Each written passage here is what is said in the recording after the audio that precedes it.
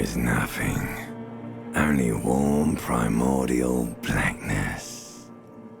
Your conscious ferments in it. No larger than a single grain of malt. You don't have to do anything anymore. Ever. Never, ever. Never, ever, ever, baby. An inordinate amount of time passes. It is utterly void of struggle. No ex-wives are contained within it. An awareness creeps up on you.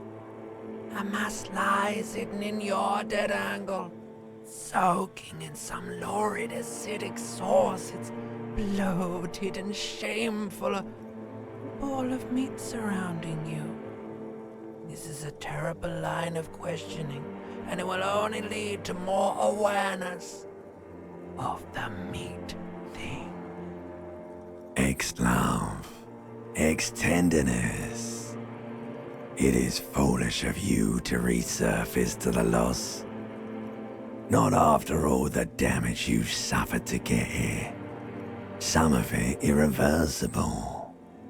Stay. Sail with me through the abyssopelagic zone. Do you really?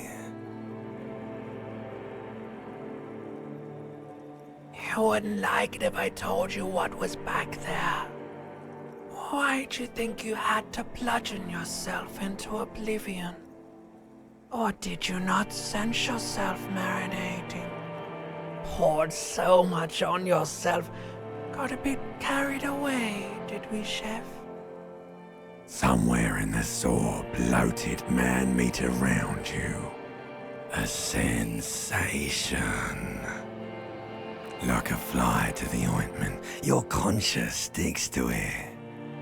The limbed and headed machine of pain and undignified suffering is firing up again. It wants to walk the desert, hurting, longing, dancing to disco music. The stench of liquor rises from your mouth, and with it, an ungodly headache. A fiery streak penetrates your skull, trying to force your eyes open. It's a sound, a clarion call from hell. Somehow, you know what it is. A Caprice Canema motor carriage.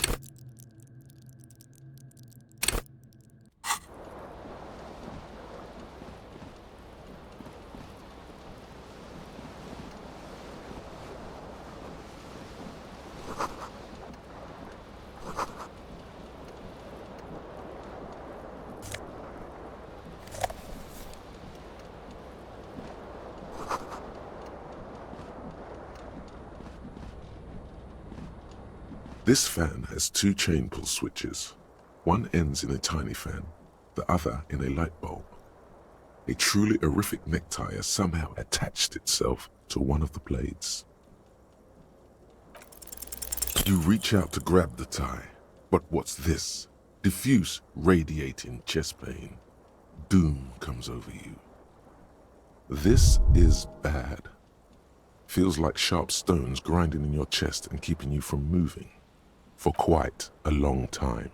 Still ongoing. Now is a good time to start worrying. Finally, the pressure recedes. You find yourself covered in cold sweat and trying not to move, hoping it will keep you from dying. You know what you should do. You should stop the fan and then try again. It'll get easier. Do it if you want to die. The stabbing pain in your chest is telling you you're hanging by a thread here.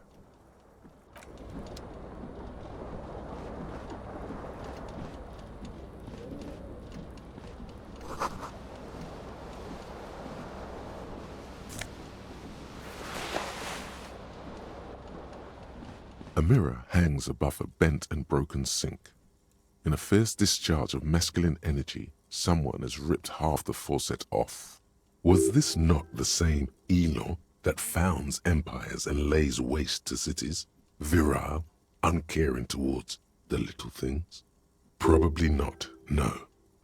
Hot water sprays from the faucet's base, and steam covers the mirror. You cannot see yourself. Just the vague impression of a man. Suddenly, you realize you have no memory of the face that awaits you there, underneath the soft vapor. As you slowly reach your hand towards the surface of the mirror. Yeah, there is definitely something wrong with it. Where to even begin? There is the bloatedness, then the swollenness. It's like there's an upholstery of alcohol underneath your skin. It's not. It's swollen and snail-like, wriggling between your fingers. Bet you are. Your nose feels like a small balloon in the middle of your face. It hurts when you honk it. It doesn't appear to be a particularly tiny nose either. Not with all the drinks it's absorbed for you.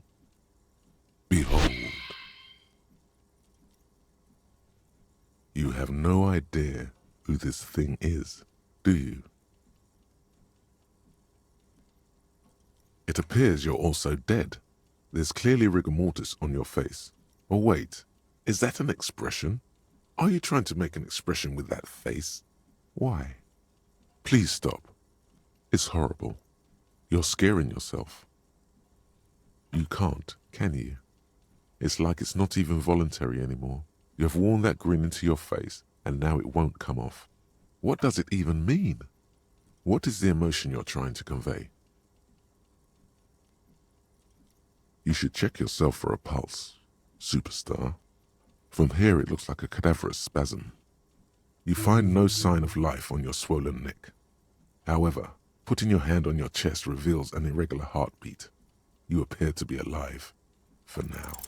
Like the rest of you, it comes from a bad place somewhere in the past. That's all you know for now.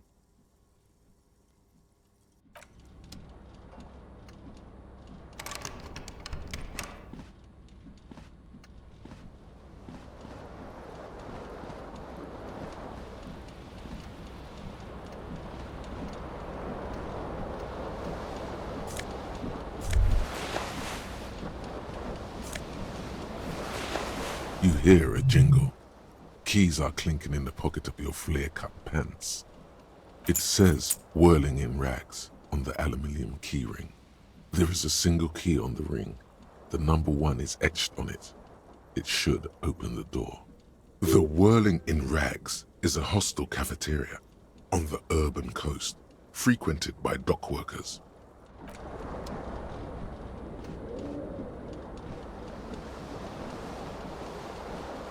The window stands broken in its frame. Cold wind blows in.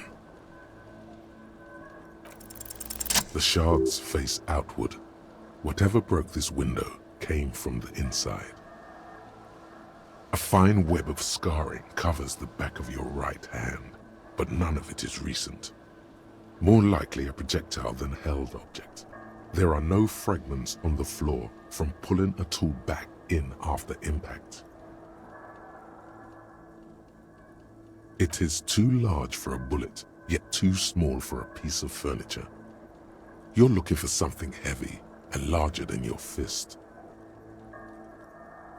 Like the green shoe that's on the hat rack in the corner, which, coincidentally, is missing its friend. Congratulations, you smashed the window with your own shoe. Now you only have one. If you're lucky, you can still find the other on the balcony outside. The door to it should be outside your room. A cool wind gushes in.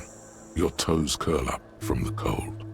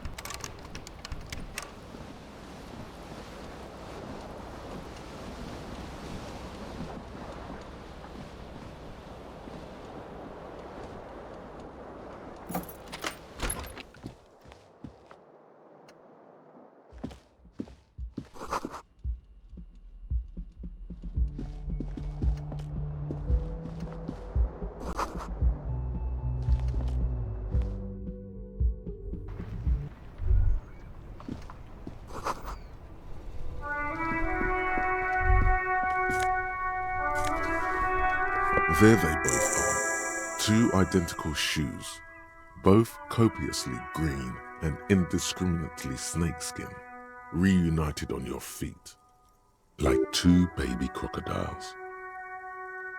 Good, they're balanced, comfy. Feels like the only good thing about you right now, truth be told.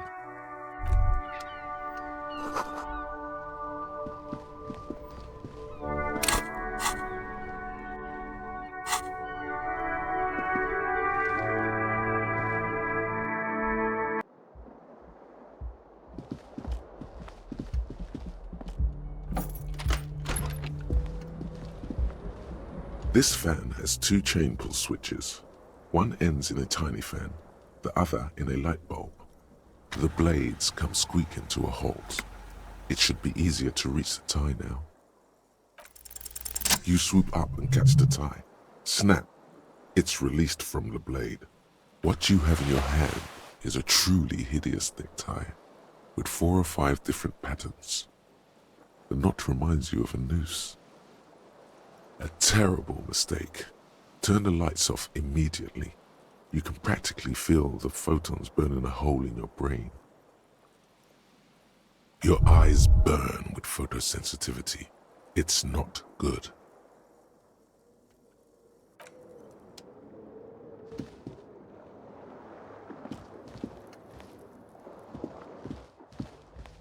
Hello, officer.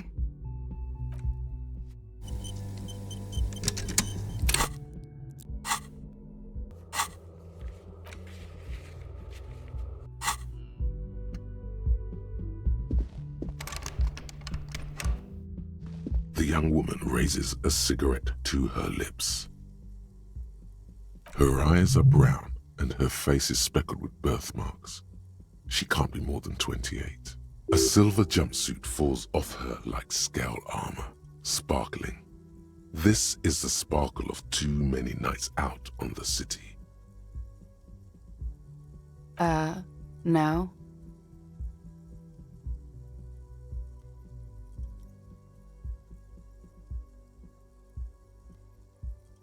Because you're a police officer, sir.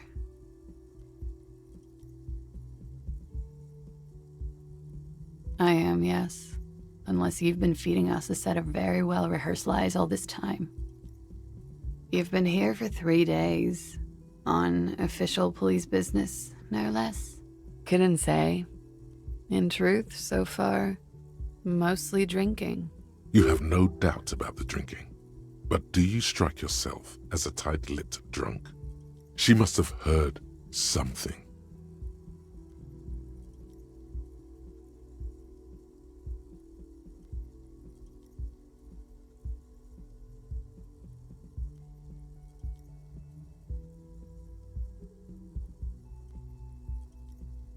She nods. There's a mercenary out back. He's been hanged. The body has been there for a week now. The locals probably got tired of it and called the cops. I didn't mean to overwhelm you with information. You seem a bit lost, officer. Could it be because of the drinking? She hasn't had time to put her makeup on. This is her morning cigarette. She looks tired, her beauty waning faster than it ought to at her age. Don't be so harsh on yourself. They let almost anyone be a police officer. Of course. Be careful, officer. They don't like the police around here. Something stirs in you as she's about to go. Call it an instinct, a need. The need to ask questions. It's like you've said the words a million times before. She looks back at you, a light glinting off her eyes.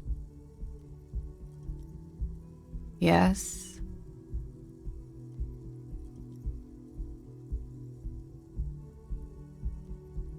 There was the usual ruckus. Loud disco music. I couldn't say. It's impossible to hear people speaking from over here. Oh, yes. Various artists. Ostentatious orchestration prime among them. Oh, that. Yeah. Whoa. The less said about OO, the better. OO were huge where I come from. I was very young then, of course. Like 7. Life gets hard, but we go on. I don't know about that. At around 2 o'clock, the disco stopped, and there was a change of pace. A slow, sad song started playing, like organ music on repeat. That went on for quite a while. Some of the time, you were yelling along to it. Yes, there was a church in there, a really small church. Like the smallest, saddest church in the whole world. It was about that. And also, that it doesn't matter anymore and that we're alone now. It was difficult to tell. The song itself was very quiet and soft, but you sounded like a wounded boar, sir. It was hard to understand what you were singing on top of it. Then you started screaming and trashed the place.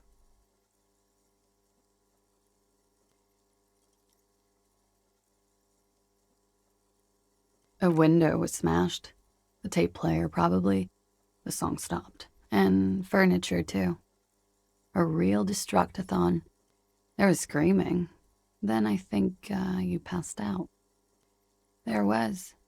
I think you screamed that you didn't want to be this type of animal anymore. I may have misheard, but it was sort of memorable. I went out afterwards. Everything was quiet by then. Around 4 or 5. And that was it. It's 51. The current century? Centuries don't have numbers. They have names. And this is the current one. Civilization has existed for 8,000 years, sir. You're right. There is nothing funny about civilization. You're in a hostel, sir. We are in Revachol.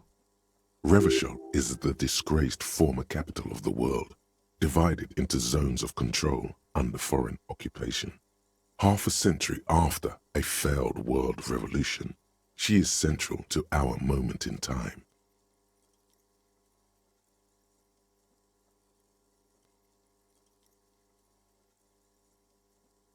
Forever and ever.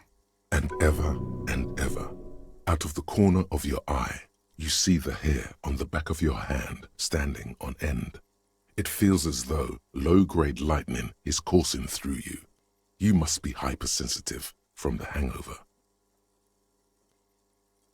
The dock workers are pretty cocky.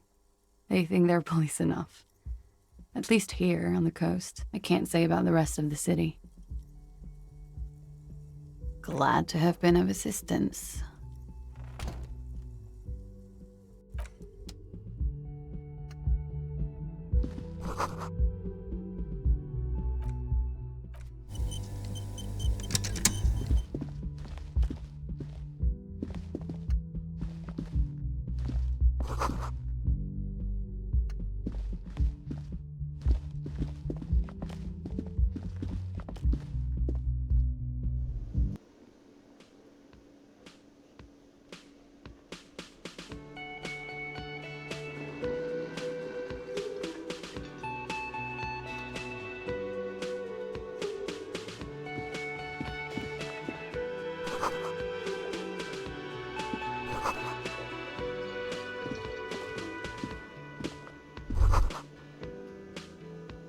You should totally sing karaoke here, the first chance you get. Your emotions need to be expressed. People need to know your vast, oceanic soul. Utterly. And it needs to be heard through a PA system by other people. Who is mistakenly identified as a cop for his prominent jawline? Yes, sounds likely. You should probably go on stage and pose for a moment when you're done with this thought. See if it works. You should sing the sad small church song from that tape you found. Thought it was obvious. Serves them right. Wipe that smirk off their face with your sad, tragic, small church song. You would need another copy of the tape first, though. The one upstairs is destroyed.